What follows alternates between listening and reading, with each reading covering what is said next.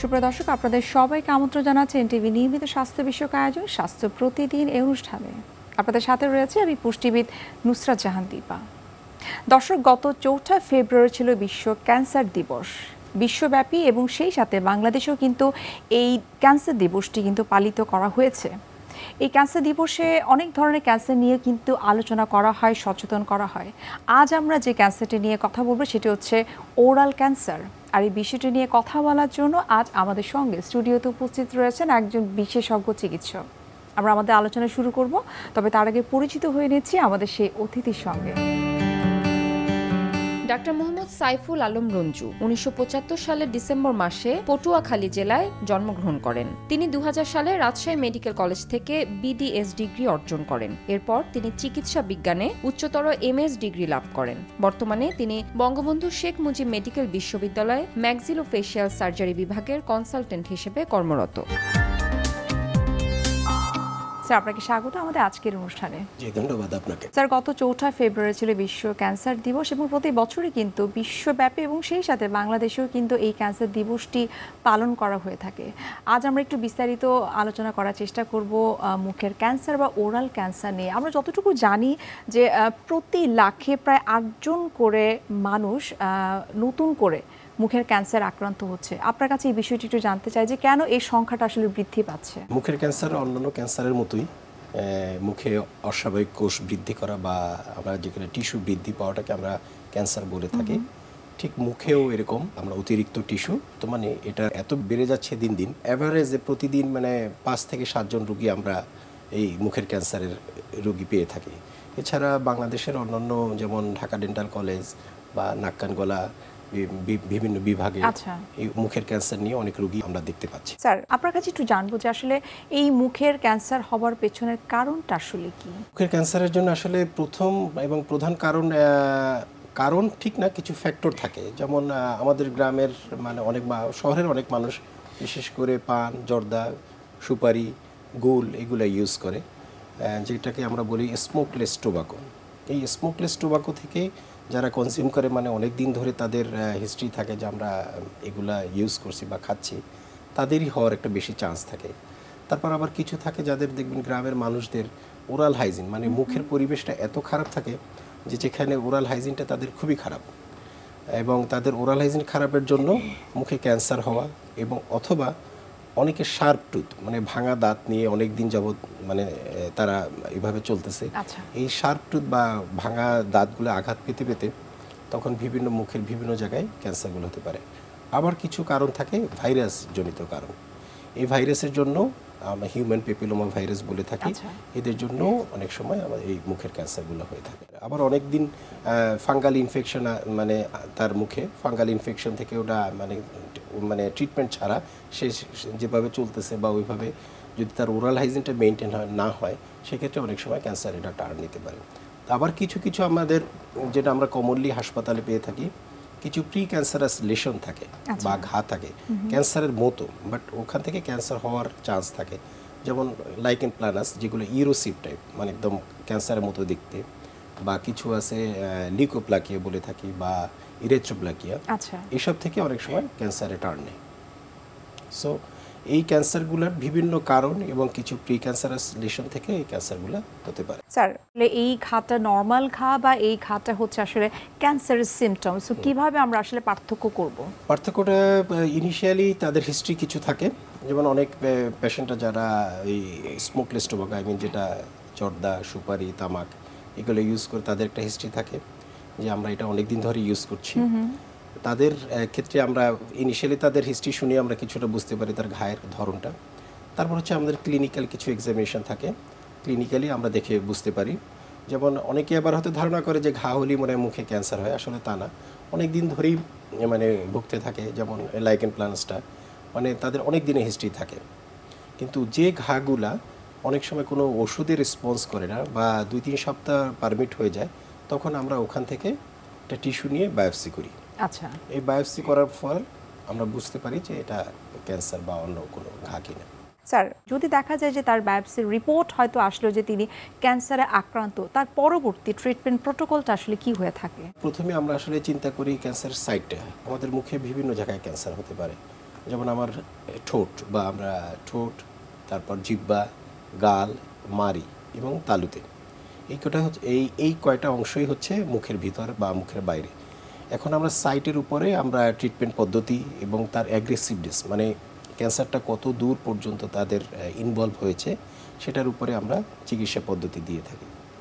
কিন্তু আমাদের দেশে যেটা সবচেয়ে বেশি প্রবলেম, যে রোগীরা যারা বিভিন্ন গ্রাম থেকে বা বিভিন্ন জায়গা থেকে যারা আসে তারা অনেক দেরি করে আসে। তারা হয়তো গ্রামে কোনো পল্লী চিকিৎসকের পরামর্শ নেয়, অথবা অনেক সময় দেখা যায় ঢাকা থেকে ডাক্তার মানে ওখানে প্র্যাকটিস করে সেই ডাক্তারের কাছে ওনারা গিয়েছেন, বা তখন তাদের তো ধারণা নাই যে এই বিষয়ে কারা অভিজ্ঞ। আচ্ছা, যার ফলে মানে তাদের মধ্যে তাদের একটা কমন একটা মানে বলা থাকে যে আমরা তো ডাক্তার দেখিয়েছি কিন্তু আমরা তো ধরতে পারিনি বা ডাক্তারে ধরতে পারিনি। কিছু কিছু পরিসংখ্যানে কিন্তু আমরা দেখেছি যে শহরাঞ্চলের তুলনায় গ্রামাঞ্চলে যারা রয়েছে তাদের মুখের ক্যান্সারের সংখ্যাটা একটু বেশি। এর বিশেষ কোনো কারণ আছে এর কিনা? বিশেষ কারণ হচ্ছে শহরের মানুষ তুলনামূলকভাবে ওই স্মোকলেস টোবাকো এবং তামাক জাতীয় দ্রব্য, তাদের ওরাল হাইজিনটা ভালো থাকে। শহরের, গ্রামের মানুষ এগুলো নেগলেক্টেড থাকে, যার ফলে গ্রামে এই চান্সটা খুব বেশি। আবার তাদের একটা ধারণা যে মানে রোগ দেখাবে, কিছুদিন অপেক্ষা করে, কিন্তু শহরের অঞ্চলের মানুষ তো একটু হলেও সচেতন থাকে দেন গ্রামের থেকে। আচ্ছা, সেক্ষেত্রে তাদের আর্লি ডায়াগনোসিসটা হয় না এবং তারা এমন একটা পর্যায়ে নিয়ে আসে যে তখন চিকিৎসা পদ্ধতি অনেক টাফ হয়ে যায় এবং ওনারাও সাফার করে এবং যে চিকিৎসা দেয় তার জন্য অনেকটা টাফ হয়ে যায়। মুখের ক্যান্সারের জন্য স্মোকলেস টোবাকোটাই মেইনলি দায়ী। আচ্ছা, বিশেষ করে গুল, জর্দা, সুপারি, এগুলো আমরা স্মোকলেস টোবাকো বা আমরা বলে থাকি। বা যেটা হচ্ছে অনেক সময় দাঁত যেটা ভাঙা বা শার্প টুথ, অনেক সময় অনেকে ডেঞ্চার ইউজ করে, সেই ডেঞ্চার যেগুলো মানে আমরা বলি আলগা দাঁত যেটা বলে রাখি, সেটা ইউজ করার ওটা ভেঙে টেঙে গেলে অথবা ওইটার আঘাতজনিত কারণে অনেক জায়গায় মুখে ক্ষত হয়ে থাকে, সেক্ষেত্রে এটা ক্যান্সার। স্যার, যারা স্মোক করে এবং তাদের মুখের ভেতরে কিছু ছোট ছোট ফুসকুড়ি বা দানার মতো হয়ে থাকে এবং তাদের ট্রিটমেন্ট আসলে কি? ট্রিটমেন্ট তো অবশ্যই আমরা প্রথম বলবো তাকে স্মোকিং ছাড়তে হবে। আচ্ছা, তারপর হচ্ছে আমরা সিমটম দেখে বা ঘায়ের প্রকৃতি দেখে আমরা চিকিৎসা পদ্ধতি দিয়ে থাকি। যেমন অনেক সময় অনেকের আমরা যেগুলো কমনলি যেটা পাই অ্যাফথাস আলসার, সেই অ্যাফথাস আলসারগুলো সাধারণত 6-7 দিনের মধ্যে এমনিতেই ভালো হয়ে যায়। কিছু আমরা সাপ্লিমেন্টারি কিছু ট্রিটমেন্ট দিয়ে থাকি। আবার কি যেমন অনেক সময় যদি ফাঙ্গাল ইনফেকশন হয়ে থাকে সেক্ষেত্রে আমরা অ্যান্টি ফাঙ্গাল ড্রাগ দিয়ে আমরা এই ফাঙ্গাল ট্রিটমেন্ট। অনেকেই কিন্তু দেখেছি যে ঘরোয়া কিছু ট্রিটমেন্ট করে থাকে, কুসুম গরম পানিতে লবণ দিয়ে তারা কুলকুচি করে, এটা আসলে কতটুকু কার্যকর? এটা আসলে মুখের জন্য অনেক কার্যকর, কারণ আমরা জানি মুখে অনেক ধরনের জীবাণু থাকে। যে জীবাণুগুলো আমরা যদি নিয়মিত ব্রাশ করি এবং আমরা যদি নিয়মিত মুখ পরিষ্কার রাখি বা আমরা মাঝে মাঝে যদি লবণ গরম পানি দিয়ে কুলি করি, তাহলে সেক্ষেত্রে ওই জীবাণুগুলা ওখানে যে দাঁতের যে মেইন মানে ওরাল হাইজিনটা অনেকটা মেনটেন হয়ে যায়। যখন একজন ক্যান্সার রোগীর বায়োপসি করার পরে তার ডায়াগনোসিস হয় যে তিনি ক্যান্সারে আক্রান্ত, তার ওরাল ক্যান্সার হয়েছে, সেক্ষেত্রে প্রথম দিক থেকে আসলে কিভাবে আপনারা ট্রিটমেন্টটা শুরু করেন? সার্জারি নাকি রেডিওথেরাপি নাকি কেমোথেরাপি? এটা আসলে প্রথম আমরা চিন্তা করি তার মানে বললাম না যে তার অ্যাগ্রেসিভনেসটা দেখার জন্য, মানে ক্যান্সারটা কতটুকু ইনভলভ হয়েছে। আচ্ছা, যদি আর্লি মানে ডায়াগনোসিস হয় বা আমরা যদি আর্লি এটা ধরতে পারি, আচ্ছা, অর্থাৎ এটাকে আমরা স্টেজিং বলতে পারি যে ফার্স্ট স্টেজ বা সেকেন্ড স্টেজ। স্টেজিং উপর কিছু নির্ভর করে, তারপর সাইটের উপর কিছু নির্ভর করে, কারণ অনেক সময় এত অ্যাগ্রেসিভ বা এত অ্যাডভান্স স্টেজে চলে আসে, অনেক মানে এত দেরি করে ফেলে যখন আমাদের আসলে মানে সার্জারি করাটা টাফ হয়ে যায়। সেক্ষেত্রে যখন আর্লি যদি আমরা এটা ডায়াগনোসিস করতে পারি, প্রথম প্রাথমিক চিকিৎসা হচ্ছে সার্জারি করা। আচ্ছা, সার্জারি ওই ক্যান্সার অংশটুকু সাথে তার একটু হেলদি মানে ভালো অংশ সহ আমরা ওইটা ফেলে দিই। তারপর হয়তো আমরা ওইটা পরবর্তীতে আবার একটা বায়োপসি করা হয়। বায়োপসি করার পর তার ইনভলভমেন্ট দেখে এবং কতটুকু তার এক্সটেন্ড করছে, ওটার পরে তারপর হচ্ছে আমরা রেডিওথেরাপি বা সাথে কেমোথেরাপির আমরা ট্রিটমেন্ট করি।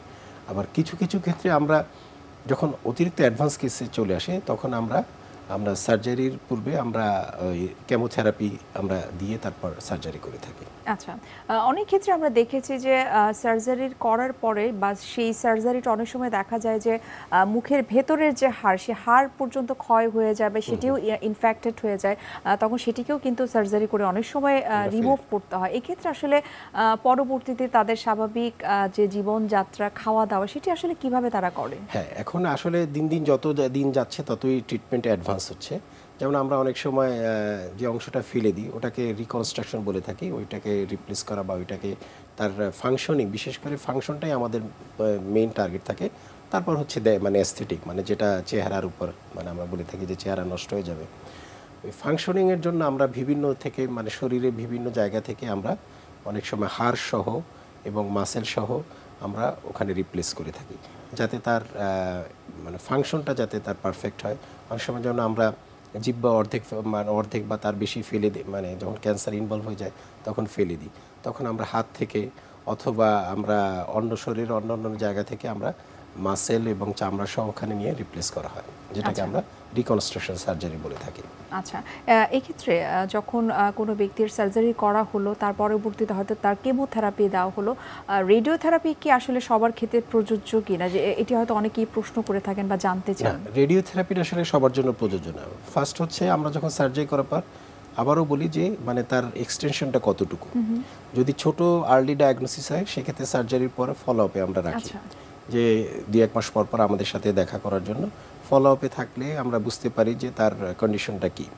যদি দেখি তারপর যদি অনেকের আবার রিকার করার চান্স থাকে, কারণ ক্যান্সার, মুখের ক্যান্সারটা খুব রিকার করে, মানে আবার হওয়ার চান্স থাকে, সেক্ষেত্রে অল্প যখন মানে নিশ্চয়ই ক্ষেত্রে ফলো আপটা অনেক জরুরি। অনেক রোগী সার্জারি করে চলে যায়, মানে 2-3 বছর পর আবার মানে তারপর এমন অ্যাগ্রেসিভ ভাবে নিয়ে আসে যখন মানে আর সার্জারি করার কোনো অবস্থা থাকে না।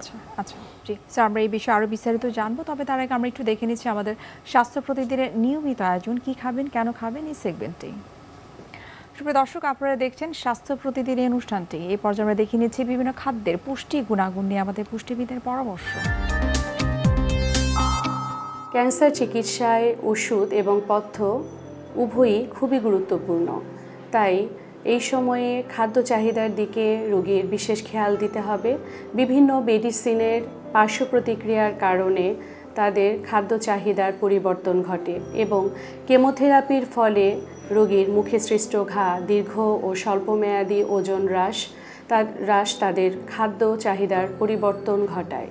এ সময় হজম ক্রিয়া হ্রাস পায় এবং খাদ্যনালী সরু হয়ে যায়, মুখে লালার নিঃসরণের পরিমাণ কমে আসে, তাই রোগীর খাদ্য গিলতে অসুবিধা হয়।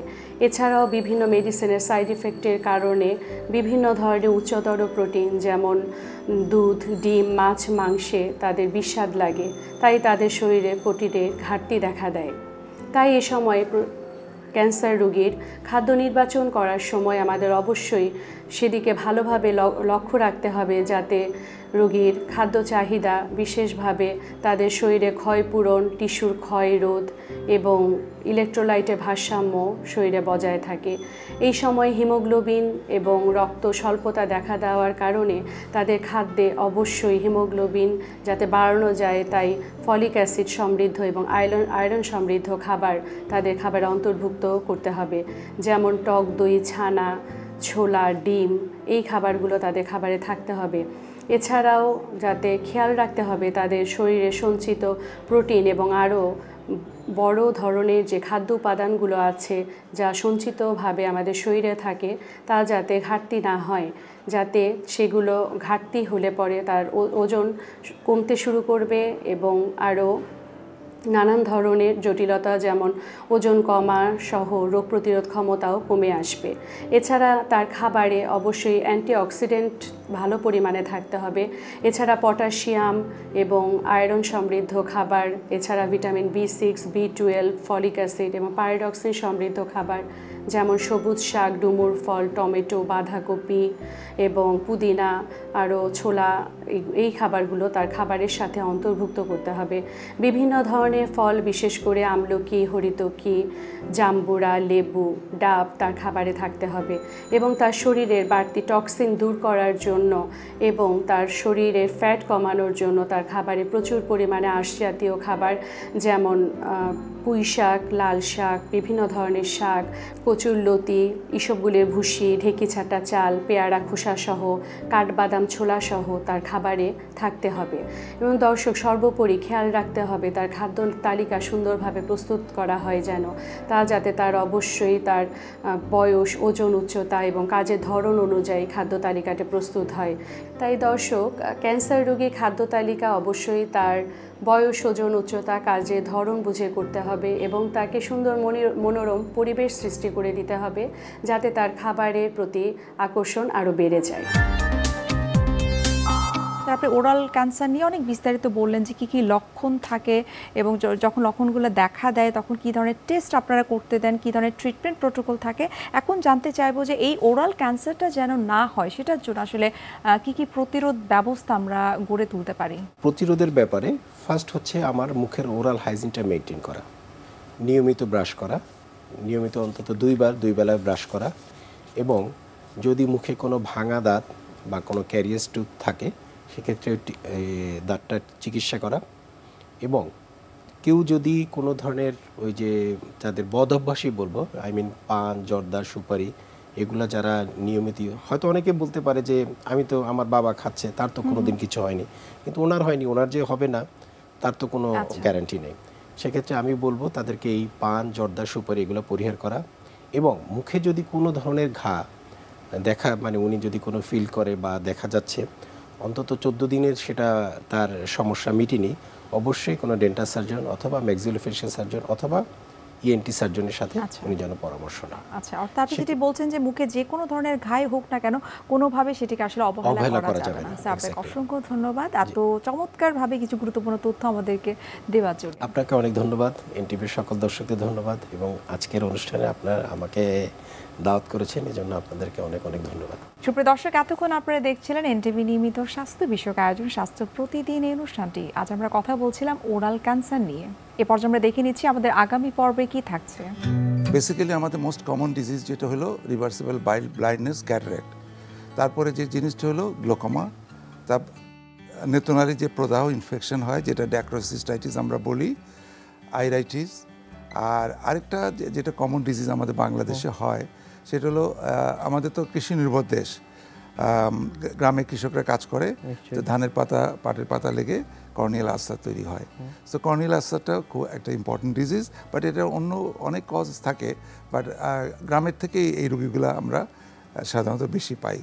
বিশ্বের যে কোনো প্রান্ত থেকে যে কোনো সময় এনটিভির জনপ্রিয় অনুষ্ঠান স্বাস্থ্য প্রতিদিন দেখতে আপনারা ভিজিট করতে পারেন আমাদের পূর্ণাঙ্গ পোর্টাল www.ntvbd.com এ। এছাড়াও এনটিভির বিভিন্ন ধরনের জনপ্রিয় অনুষ্ঠান এবং নিউজ আপডেট পেতে আপনারা ভিজিট করতে পারেন আমাদের ইউটিউব চ্যানেল এবং ভেরিফাইড ফেসবুক পেজে। সুপ্রিয় দর্শক, আজ এখানেই শেষ করতে হচ্ছে। দেখা হবে আবার আপনাদের সঙ্গে। সেই পর্যন্ত আপনারা সবাই ভালো থাকুন, সুস্থ থাকুন এবং সবসময় এনটিভির সঙ্গে থাকুন।